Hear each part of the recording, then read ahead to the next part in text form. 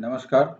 I am Dr. Rajesh Biniwale welcomes you on this forum of Bharatiya Shikshan Mandal to initiate the Vyas Puja talk series to be started from today. I am having the privilege and the honor to introduce you the first speaker of this Vyas Puja Mala, Maharashtra Bhushan, Padma Shri, Padma Bhushan, Dr. Vijay Bhatkar, a most acclaimed and internationally acknowledged scientist of Bharat, who has been contributing to the various sectors of the Bharat for the development of the ICT technologies as well as various other technologies in the future. Dr. Bhatkar has been known to the Bharat as a Janak of Param supercomputer when it was needed under the denial regime of the technology when the Bharat was denied supercomputer by various developed countries. He has been instrumental in developing our own supercomputer, which has propelled various technologies which were required to have a supercomputer at his background. He doesn't stop it here. Several other introductions which I would not be able to give the complete profile of him in a short period of time. It's a very large profile. However, I will try to pick up few significant and salient features which I feel, and I should be apologized for this, which if I miss anything out of it. He has also been instrumental in developing GIST multilingual technology covering Bharat's 22 official languages and 10 diverse scripts, which has brought the computer near to all of us. MKCL, a computer literacy program that made the world record by creating 10 million computer literates in just one decade. Education to home initiatives with ETH initiatives which for bringing the benefits of ICT to the schools education spanning over 10,000 schools. And you would be surprised to know also he is a significant contributor to the development of color TV and color broadcasting in the country, which has now seen a different way of the life today, and the TV has become the integral part of the many homes, almost all of our home. He, Dr. Bhatkar has served as a member of Scientific Advisory Committee, the PM, member of Governing Council of Scientific and Industrial Research, and the member of IT Task Force constituted by PM in 1998. He has been fellow of many institutions, CIS, NIE, IETE, NASI, Maharashtra Academy of Science, and various others. Dr. Bhatkar has, besides Maharashtra Bhushan, Padma Shri, and Padma Bhushan, these are the major awards he has, a list of awards which includes Vaishvik Award, which includes um, Krushi Bharat Ratna Award. Such kind of great awards has been given to him. In my opinion, these awards, the value of these awards has increased because it was conferred to Dr. Bhatkar.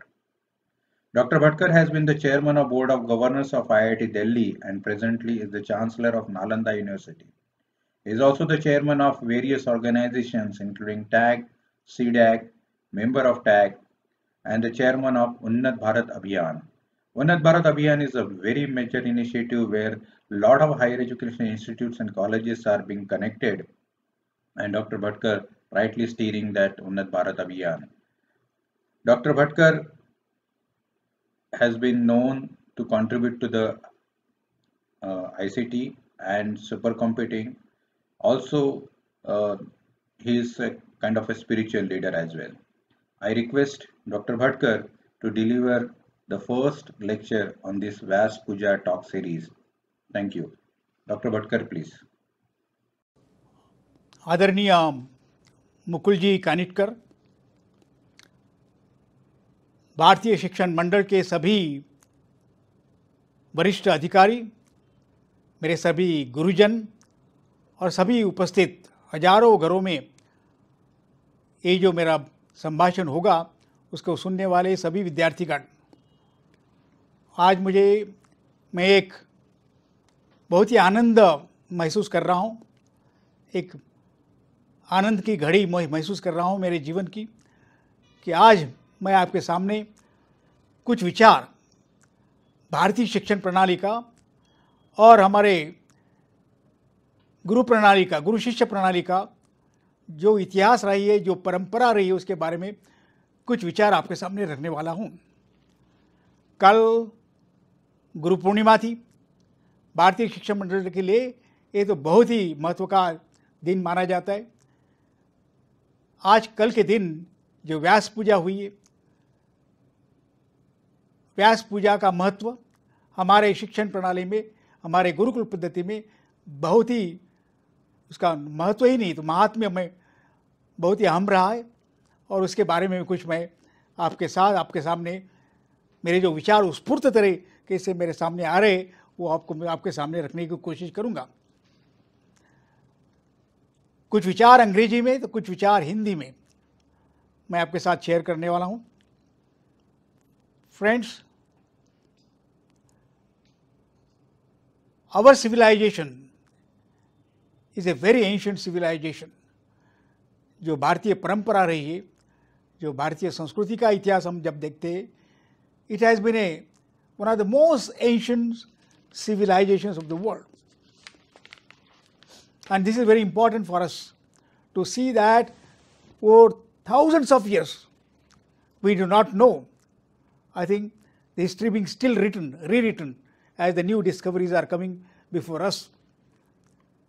The recent discoveries in Rakhigarhi, and even before that, the recent research papers which have gone in archaeology, in anthropology, in the linguistics area, and of course in scientific arena, I think are throwing new light on the ancientness of this civilization, great civilization.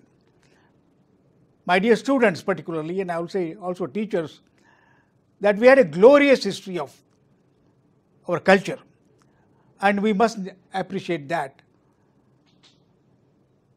If you look at the history of civilizations, there have been great historians like Earl Toynbee, Will Durant, the popular historians. I'm not talking about the great scholars who have thrown light on the histories of different civilizations of humanity that arose on this planet over the last, I would say, 14,000 years, particularly last 9,000 years, and even the continuity after that as we are witnessing today.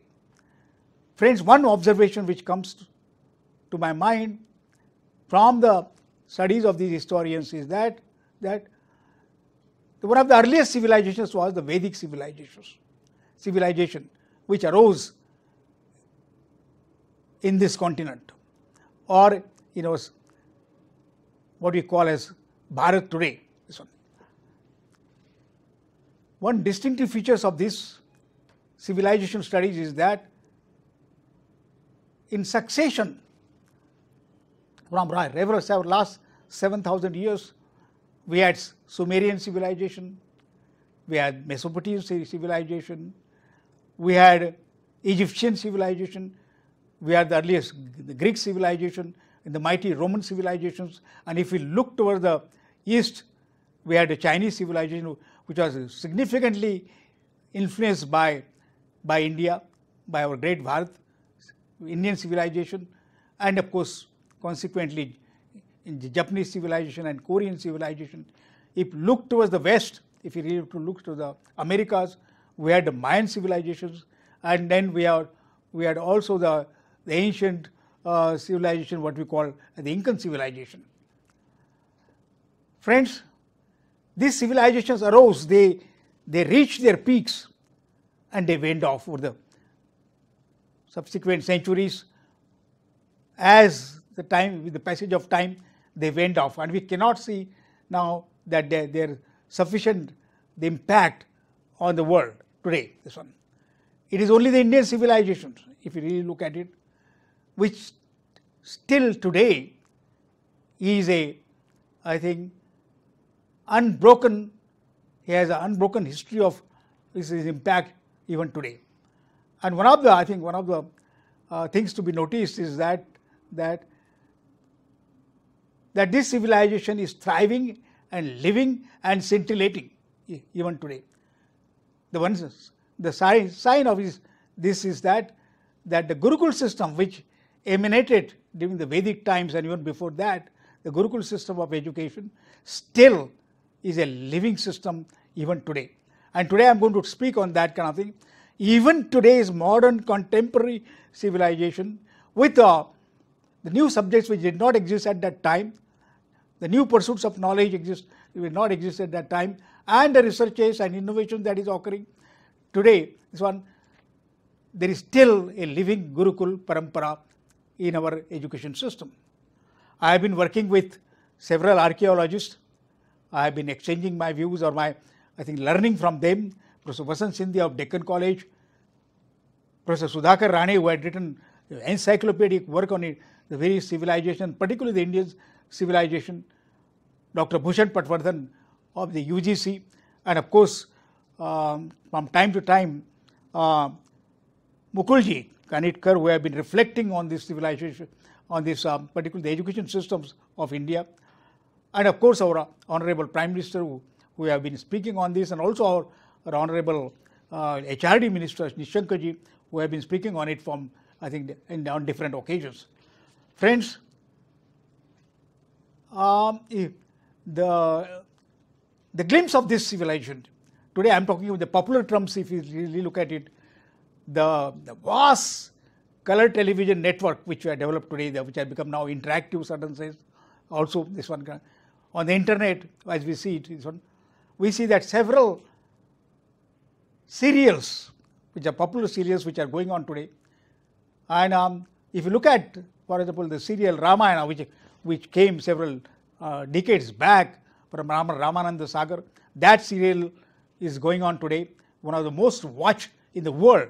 I think the serial that is this one, where we see Maharshi, great gurus like Maharshi Vasishtha, Maharshi Vishwamitra, and of course then we have the recent one, the new avatar of the Mahabharata serial, which is very well done, very well produced, very well storytelling, I think is there today, which I watch every day. I think it is so interesting and it is so enliving, this one.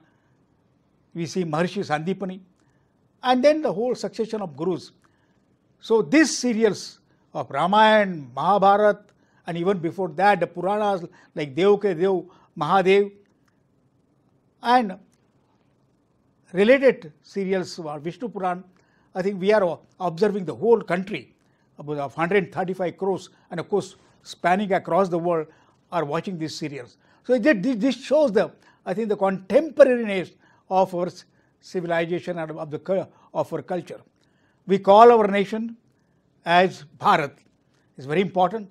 Why this civilization or this culture or this system has been called as, our nation has been called as Bharat. One of the interpretation, of course, it is the clan of Bharata. It is one interpretation which is often. The another important philosophical interpretation is that Bharat means the land of what we connote by the word Bharat. Bha means Prabha. Prabha means the dawn. No? Prabha, the light of the dawn. That Prabha, that Bha, the radiance of the morning, this one, that is called Bha. Rata means then the society, the people who are engaged in the pursuit of knowledge. So Bha is the radiance of knowledge, and Rata means the society is not only just engaged, they are joyfully engaged in the pursuit of knowledge. So we have that, I think that is the true meaning of this civilization. Today we use the word knowledge-based civilization, knowledge-based economy. I think we go information-based economy. I come from information technology. We use the word this kind of thing. This was the first, I think, knowledge-based civilization of the entire humanity. If you look back the history, so this was the first civilization of that kind. And in this civilization, knowledge is the most respected entity. Knowledge alone, I would say that, in fact, the very purpose of life is to get enlightenment. There are different layers of I think knowledge, we start with, there is a thing coming from information technology, we start with, say, we classify this as the data, and then we have we go up, we have information, as we go up, we have knowledge, and eventually as we go further, we get what we call as the wisdom, and eventually enlightenment. So this is the thing I think we have been pursuing in this civilization, and we must understand that. I also see that this civilization, if it has to define as one entity, one distinctiveness, it is that knowledge part of it, knowledge-based civilization. In that context, I would say that kind of thing. I am very happy to see that Bharatiya Shikshan Mandal has chosen their motto or their objective or their main aim is to bring about, I think, revisit that, reimagine that knowledge system which existed at that time from the Vedic times, and then how it has been transformed over the years, and what is its relevance, and what should we do to make that as the very fulcrum of our future development. You have used the Brihad Vakya, Nahi Jnanena Sadrusham Pavitrati Vimayi. There is nothing more pure, purifying like knowledge, and that's our belief, and that's why we must put knowledge as the very frontier of our development of our nation. If you have to speak, what is important for India? It is knowledge, and knowledge alone, which is important, and that's what our rishis said. We had I think in this section, if you look at the Guru Parampara, starting from Maharshi Vyas, and even our Puranas, if you look at we regard Shiva, I think this begins from Mahadev, and it begins from, it is in Mahabharata. If you look at in our Bhagavad Gita, I think you look at that, this Nahi Jnanena Sadrusham Pavitramayi. This is the very motto, this is the very vision of our Bhagavad Gita, which is enunciated by none other than Vyasa himself, and said again, is articulated for Krishna in this great epic of Mahabharata. Friends, if you look at today for the contemporary relevance, which is the subject of my talk, contemporary relevance of this knowledge-based civilization, you look at today. Today, is it living? Is it still thriving? I said it is still scintillating, and the evidence of that, the experience of that, you can feel in everyday life. Today, when we learn, for example, yoga, I think 21st June we celebrated the World Yoga Day. This one, Rafi, yoga, the whole world is celebrating, but the Yoga Parampara, I think, starts from Maharishi Patanjali, and even before that. And today it has been appearing in different forms. It's many manifestations which have come, always many innovations that has come. See, the yoga in Ayurveda, for example, we are looking at now the COVID, the pandemic, and I'm very happy that as the COVID came in, and we're trying to really how to contain that this pandemic, the world pandemic which we are facing, we had to again revisit, I think, Ayurveda. We have to revisit our ancient healing systems. We have to visit the ancient, the home systems, the home remedies which we carried from several generations together. And I say in that sense, it is a very living thing. I'm very happy that today new interpretations which are coming, we are taking the directions from Ayurveda. Similarly, in the tradition of music today, I think we love music from Samveda. It begins to even till today, which brings the joy or which brings the enlightenment in the life of so many people. That parampara has been the Guru Shishya parampara.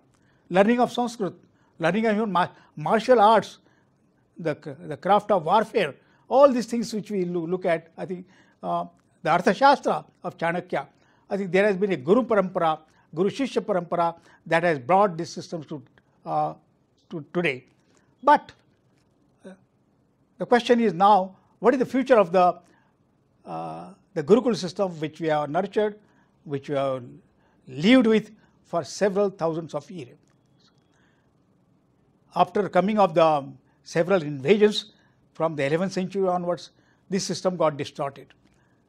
somewhere it got distorted and its importance started waning, particularly when the new education system at that time in 1835 or 1836 was designed by none other than a very scholar like Macaulay, and who brought out the education system. I think the really started the new education system for at that time for India based on English learning.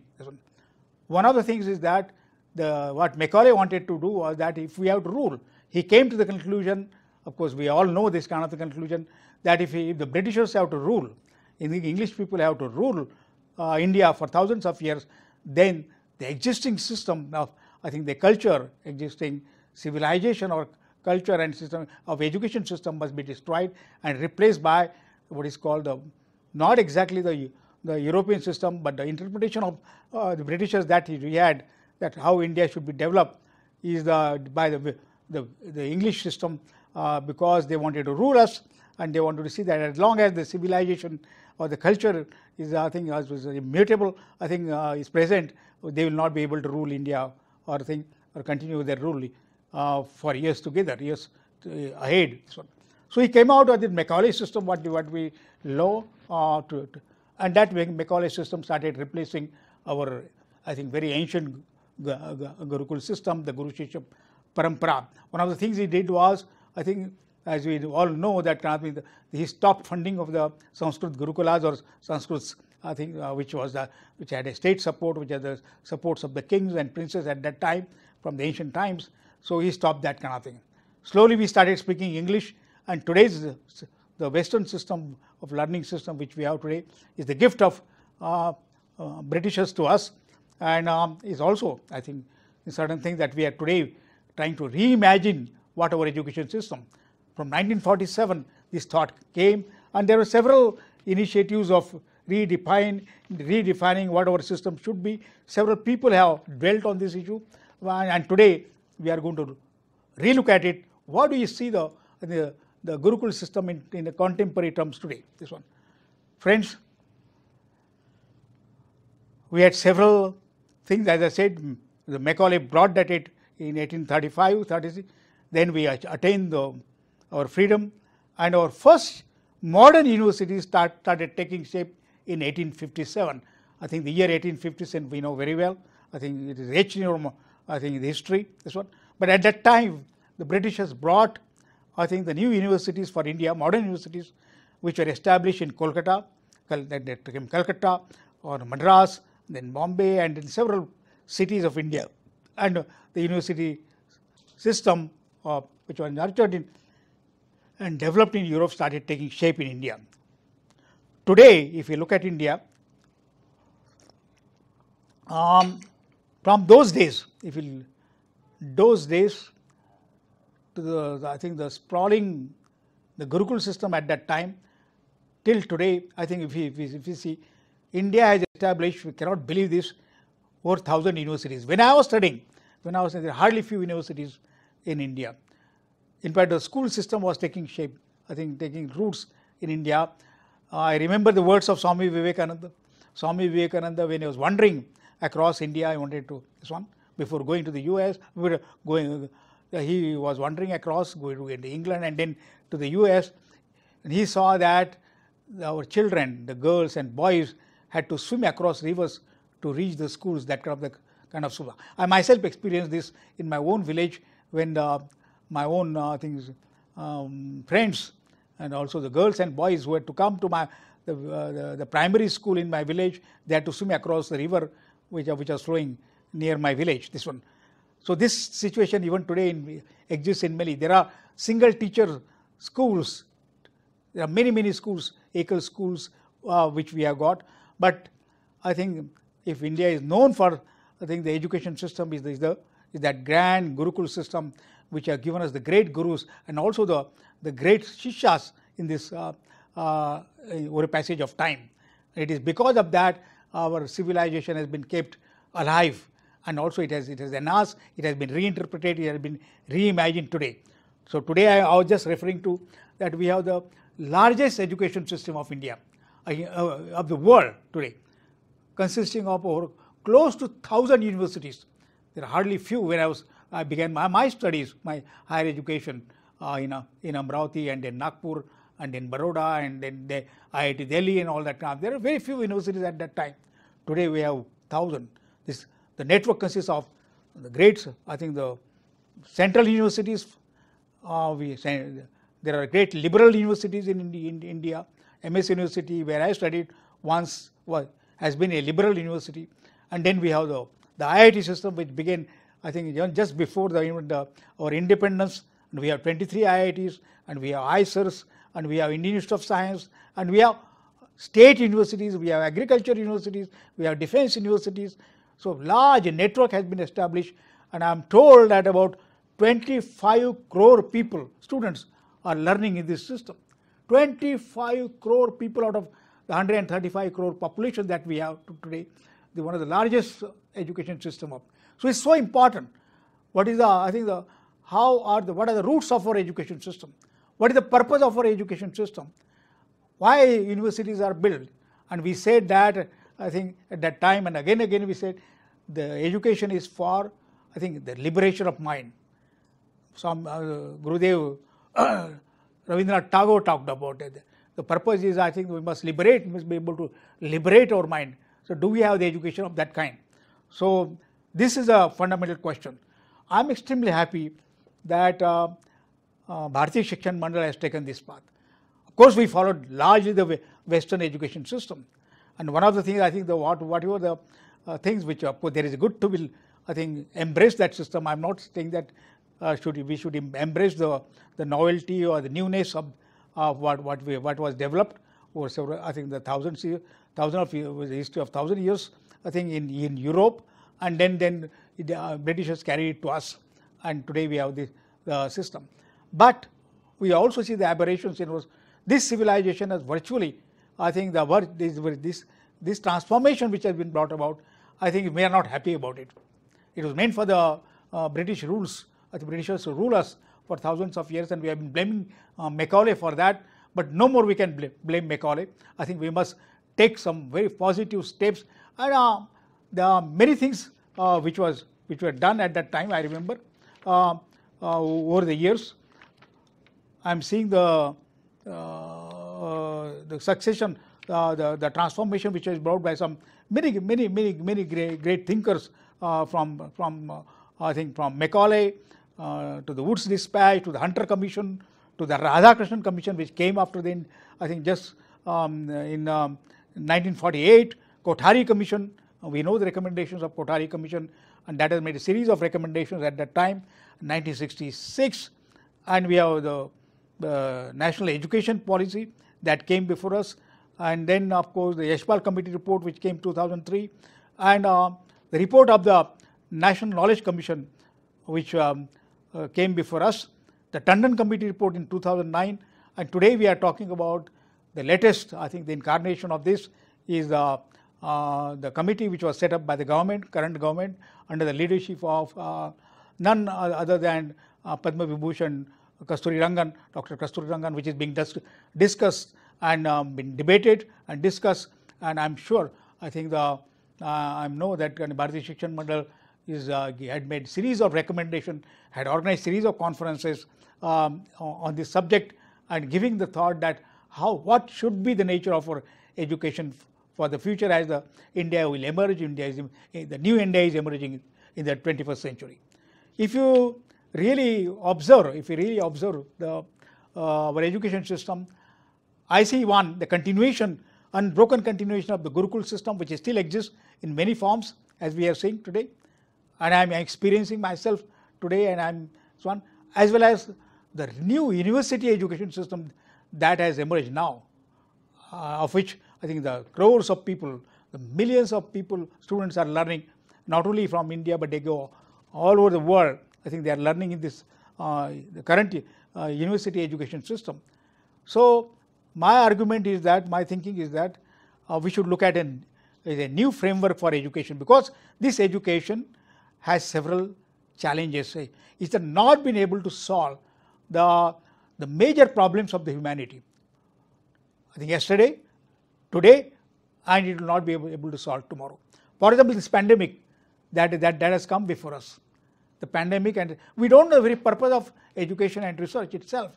That that is it is a transformation of minds which is to be done before the new innovations and before I think the very powerful technologies are developed in the or university system or your research system. So I would blame that kind of thing that we are not being, like Swami Vivekananda talked about it, is about the man making. What is the education? Education is the, I think, the instrument for man making, and that we have not been able to make in the current system, and that's why we require the revisit and reimagination. I am reimagining the current education system. I think I'm not saying we have to discard what I think the modern education system. We have to discard the modern university system, but I think we can do it to accomplish something which has not been accomplished before. Some light has been thrown on this issue by the Dr. Kasturirangan committee in the new education policy. A lot of light has been thrown by the Bharatiya Shikshan Mandal on the very fundamental issues in the conferences they have been organizing for last 2 years, as I have been participating in them. This one, and we have to bring about those transformation or these changes in that thing. On my part, I don't want to, my dear students and teachers who are present here, I do not just want to advise that what this should be done and that should be done like that. I want to really, I think, what can I contribute? I think these roots come from many years. I think I take my inspiration from Homi Bhabha. I take my inspiration from Vikram Sarabhai, who said that one day the satellite education will play a very important part in India's education system, and nobody believed at that time in the planning commission, but he said he had warned the planners at that time. Vikram Sarabhai said that, friends, you don't realize now how the system we are developing in space program, which you think is the waste of time, is like firing the Diwali crackers or the Diwali rockets. And he said that one day you will realize that this scientific experiments that we are doing today through ISRO, I think, will play extremely important role in our education. And nobody believed him at that time, but thanks God, I think we have given then subsequently enough importance to this. Today we are leading in this technology, and we are able to reach out.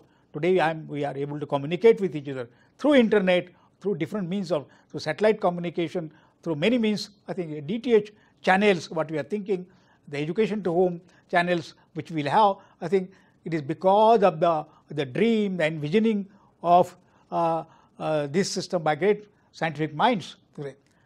I would like to say that while talking about it, one thing which we had imagined was that one day, I remember starting the education to home initiative, ETH initiative at the turn of the century, at the very beginning of that the DTH will play a very important role. Direct to home, I think was not known, which are just emerging technology, and because the DTH technology can span the continent, also the entire Indian subcontinent or the continents also, this one today, as we see today in our televisions, and they have become interactive, and that's why we must have the education to home, which are several channels beaming across India, and we started experimenting on that, how to make it affordable, how India can launch its own satellites, and all the transponders which will beam several educational channels for our large population, which is reaching to one of the largest population of the world. I think 138 crores now, and very soon 140 crores will cross China. So those dreams came at that time. So what I am trying to say is that it is not just envisioning, it is giving them their expression, practical experience, and I know what challenge it was at that time to really develop that DTH technology.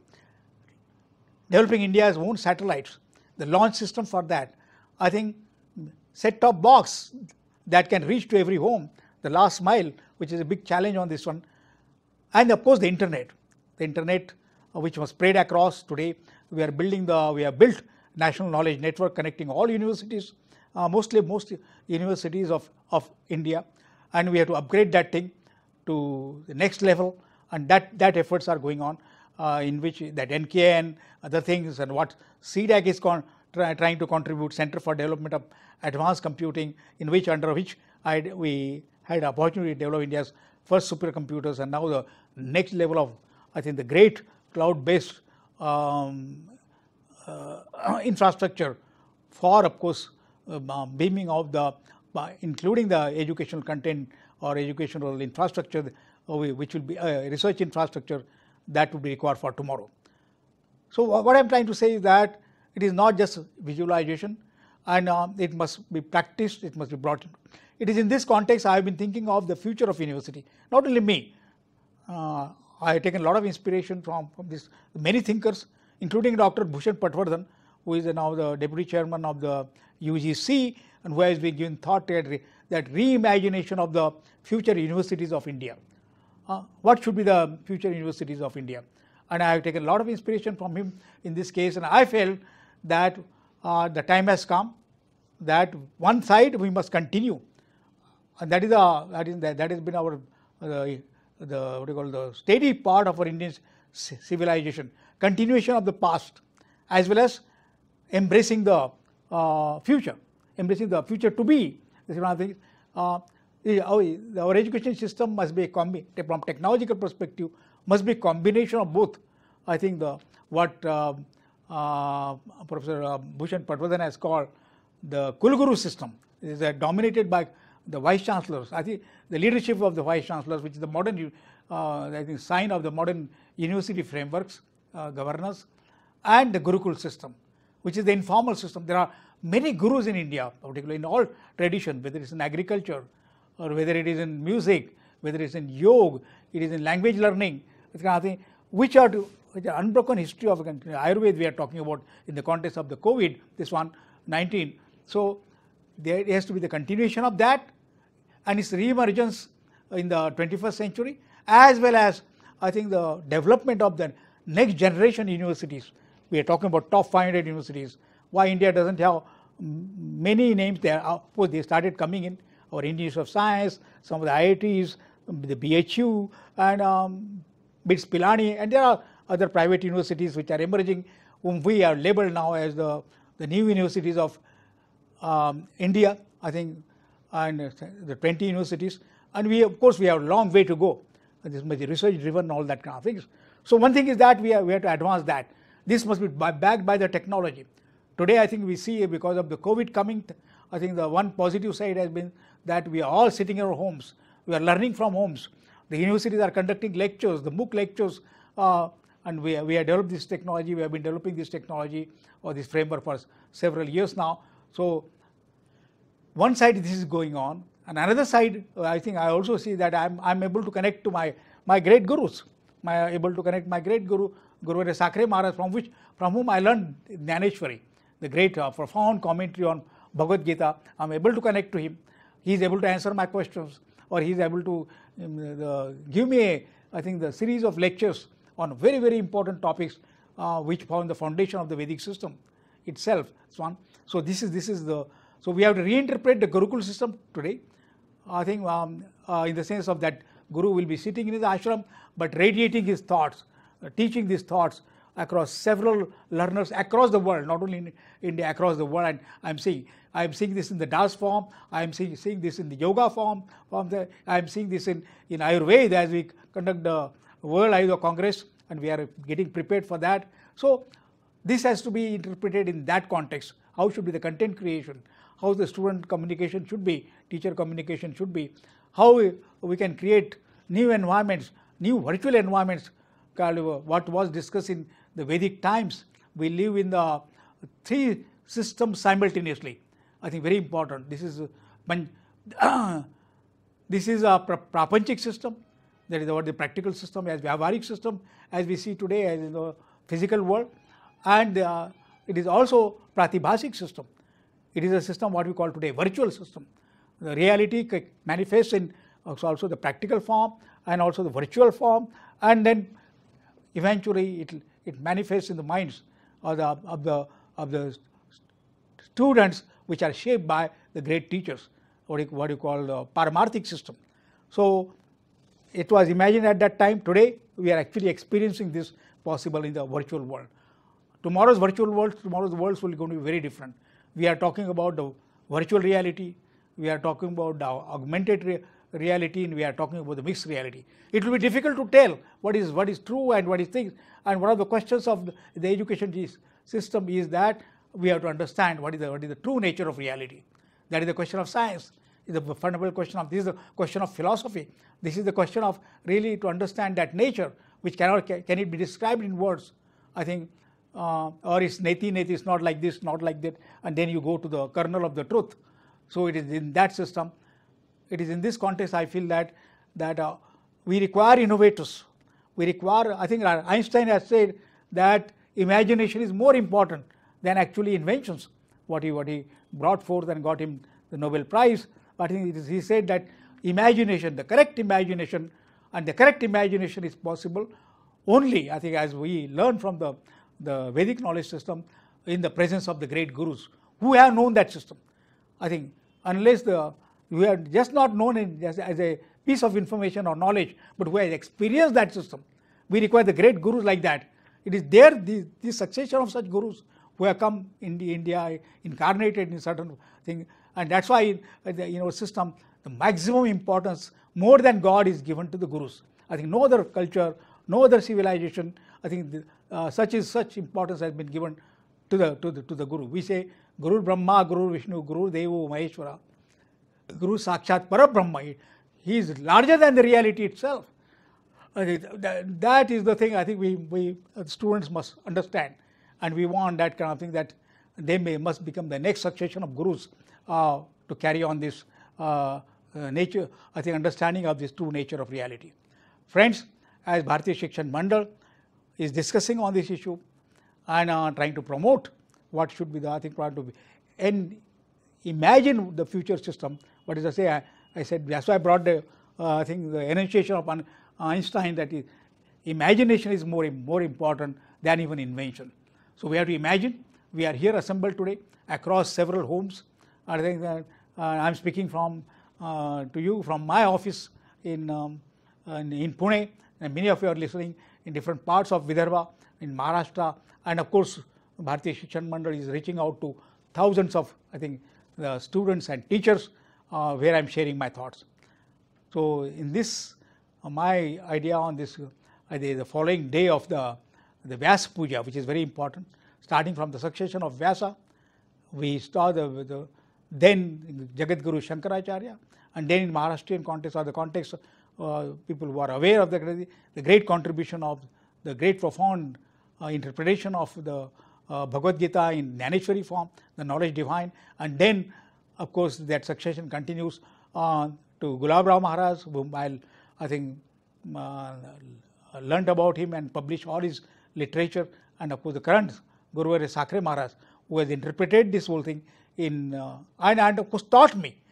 I understood the importance of the Gurukul system only when I really started living in Sadhaka Ashram in Alandi, along in the vicinity or in the guidance of my Guru, and I virtually became the part of that Gurukul, from where there I understood what is the great grand importance of this one. The question is asked now, we say, what is its relevance today, which is a great thing.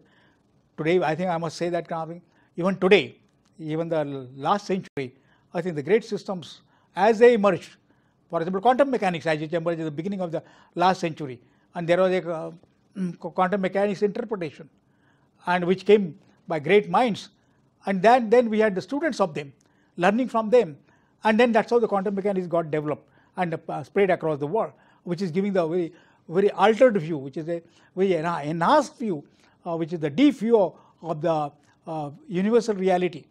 And we are talking about the great, I think, the understanding of the reality in terms of consciousness, which was, I think, originally talked during through meditative contemplations, and that system has to be revisited, reimagined, and interpreted for and we have to visit what is my purpose, what is the purpose of my life itself, what is the purpose of this universe which we see today, why I get pain and sufferings as we experience today, and those fundamental questions have to be revisited in every mind starting from the school education to our higher education, and we must become the enlightened people like Buddha, enlightened at that time, the world at that time, and I think had a great impact in large part of Asia, and that I think and Buddha insisted on getting that experiential knowledge. that's why I think I will end with this. When we starting of knowledge, knowledge is in two terms we talk about, not just information or not just the knowledge as we say, but also it must be experiential knowledge. It must be experienced by us, through whom we really call the wisdom. So it's a Jnana Vijnana Yoga. I think both we must know.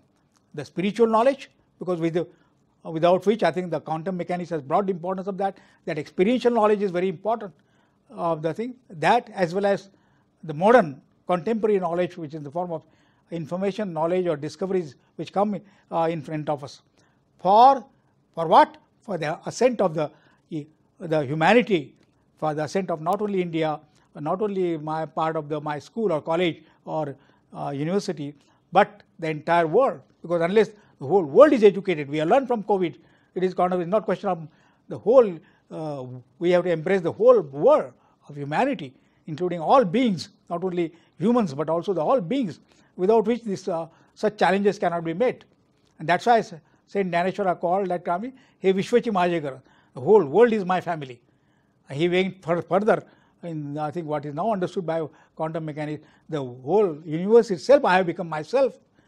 So that kind of realization has to come, and I think I am here that kind of thing, that we must get. There's the golden treasury of knowledge that has come to us, and we must now develop tomorrow's university. I am not talking about the students today who are listening to me. When they are asked upon to create new schools or new colleges or new universities, we all must keep this in mind to create the future education system. Now which I see one glimpse of it. See, it is a great synthesis or combination of the Gurukul system and Kulguru system of today. So, and that's what I think characterizes our culture. It is Sanatan, that is, it is eternal, as well as it is Sadanutan. It is always can express itself in the newer forms as the needs of the society arise, without changing the foundations, without shaking the foundations of that system, and they are unshakable. So friends, I am really grateful to you, like all of them, particularly Mukulji, who invited me for this lecture after the Vyas Puja, and I think several thoughts must have sprouted in your mind, which must find expressions, and your expressions will create tomorrow's great education system for the world. I'm not talking for India, and never mind where we stand today, where we stand in the system like that, but we have begun on this process, and I have no doubt with the blessings of the gurus that Gurukula, which come from Shankara, which comes from Sri Krishna, and which comes from to us to Vyasa, to Jagat Guru Shankaracharya, to Dhaneshwar Maharaj, and like that. I think this is going to be the great journey ahead, and eventually the purpose is, as Aurobindo called about, to create the enlightened being of tomorrow, I think, where we'll see the synthesis of both science and spirituality together as a complete knowledge. The Jnana Vijnana Yoga is chapter 7 in Bhagavad Gita, and that manifestation, I hope I will see the glimpse of it as we go on in our life. I am looking for that day. So, and thank you. I wanted to speak, share my knowledge with a lot of Hindi-speaking students, but I think I mostly spoke in English. So never mind that. I think you understand this language. We have mastered this language also, and I'm looking forward to working with you with a new enthusiasm as I reach my age of 75. And I feel that no, we are not, but I will begin once again and make that try to make the small changes which I can contribute to this world and to our great country called Bharat. Thank you so much, and I'm grateful to you for listening to me. Thank you so much.